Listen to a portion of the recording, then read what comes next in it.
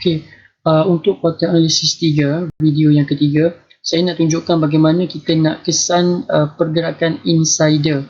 Okey, pergerakan insider dalam volume lah. Okey, untuk mengesan sama ada maksudnya syarikat dah close account dalam tempoh 3 bulan, kemudian insider dah tahu. Insider ni maksudnya orang dalaman syarikat, orang yang terlibat dengan keuangan syarikat. So dia tahu bahawa syarikat profit ataupun loss, dan kalau dia tahu, dia akan beli awal-awal saham syarikat tersebut.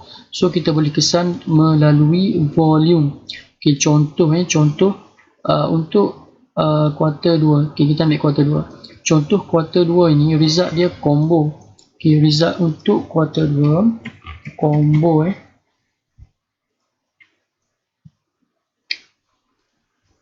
Okay, kuartal 2 ni result dia combo. Kita check kat sini.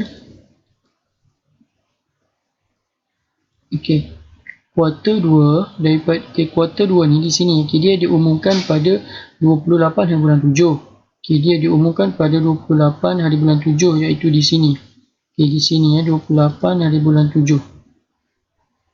Okay, tarikh dia di sini. Tetapi macam mana kita nak tentukan tarikh pengumuman? Okay, tarikh pengumuman kita lihat tarikh tahun sebelum. Contohnya kuartal 2, kuartal 2 tahun lepas. Okey, di sini diumumkan pada 23 hari bulan 8. 23 hari bulan 8.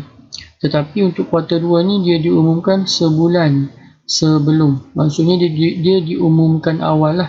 Biasa macam tu. Kalau syarikat yang bagus, dia punya prestasi, dia akan bagi pengumuman awal lah. Kalau syarikat yang lewat hantar result kepada BSKL tu, kadang-kadang syarikat yang bermasalah. Tetapi kena ingat, kadang-kadang ada juga pengumuman yang dibuat awal walaupun resultnya tak bagus. Contoh ni kuartal ni. Okay, kuartal 3 ni dia umum 2 bulan 11 2017 berbanding tahun lepas. Sepatutnya kuartal 3 ni dia umumkan 15 hari bulan 11, tapi dia umum awal. Dia umum awal, maka kesan kepada kejatuhan harga lah.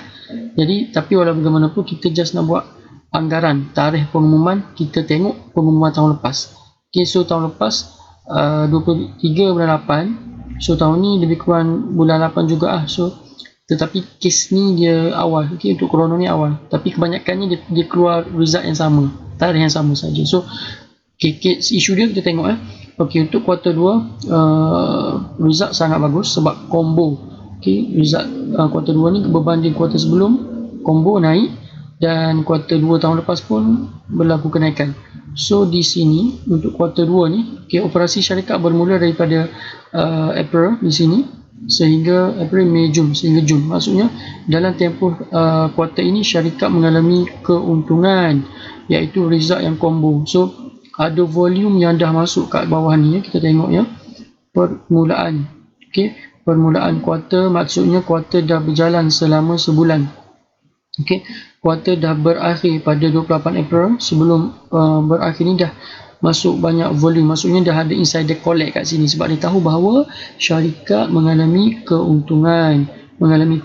Tetapi kenapa drop di sini? Okay, drop di sini kerana berlaku pengumuman. Okay, apabila pengumuman ini dibuat, macam saya terang dalam video 1 saya rasa, pada pengumuman di sini adalah garisan pengumuman kuartal 1. Okay, untuk kuartal 1, okay, kuartal 1 yang diumumkan ni, okay, kuartal 1 yang diumumkan dia mengalami penurunan. Okay, penurunan dari segi kuartal sebelum, tetapi dia meningkat daripada kuartal tahun lepas. Cuma dia menurun dari segi kuartal sebelum lah. So sebab itu reflect kepada kejatuhan harga, tetapi dia rebound balik kat sini. Okay, dia hanya turun sebanyak kalau kita check dalam persen, okay, dia drop sebanyak 14. Okay, dia sebanyak 15%. Okay, dia drop dalam 15%, which mean dalam correction yang normal, sebab correction normal kita adalah di bawah 21%, and then dia drop kemudian. So kalau kita tengok di sini adalah breakout dengan volume yang besar, so dia automatic akan menjadi support lah. So harga pun dia drop sampai level ni, support, dia rebound balik So ini adalah consider sebagai support lah. So harga ini support dia, okay, minimum, okay, lower,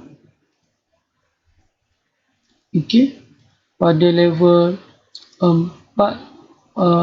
okay, 435. So dia hanya sentuh 435 sajalah sebelum dia rebound balik. And then kesan, okay, kenapa? Kerana kalau kita tengok kat bawah ni volume hijau banyak, dia lebih daripada line garisan 20 average yang kita buat ni. So dia melebihi garisan volume hijau lebih banyak berbanding volume merah. Okay, di awal kuarter pun dah masuk di sini, dan di hampir sebulan kuarter, dan di pertengahan kuarter pun dah masuk. Okay, average kat sini, okay, average volume hijau masuk. So insider dah collect kat sini, kemudian dia collect lagi kat sini, collect lagi kat sini, dan di akhir kuarter apabila account dah close di sini, di sini dah close, so volume di sini banyak, maksudnya insider dah collect sebab mereka tahu bahawa result sangat bagus result ni. Okay, result ni maknanya kuarter sebelum dah naik, dan kuarter tahun lepas pun naik. Combo, maksudnya combo lah. So insider dah collect kat sini, insider dah collect banyak kat sini. So apabila pengumuman, okay, pengumuman dibuat kat sini, so combo dan result akan naik lagi lah. Okay, kesan daripada pengumuman tadi. So dia gap up kat sini, dia berlaku gap up. Okay, di sini gap up. So dia meneruskan kenaikan kesan daripada result yang bagus tadi. So cerita dia adalah kita boleh kesan insider 3 tempat. Yang pertama di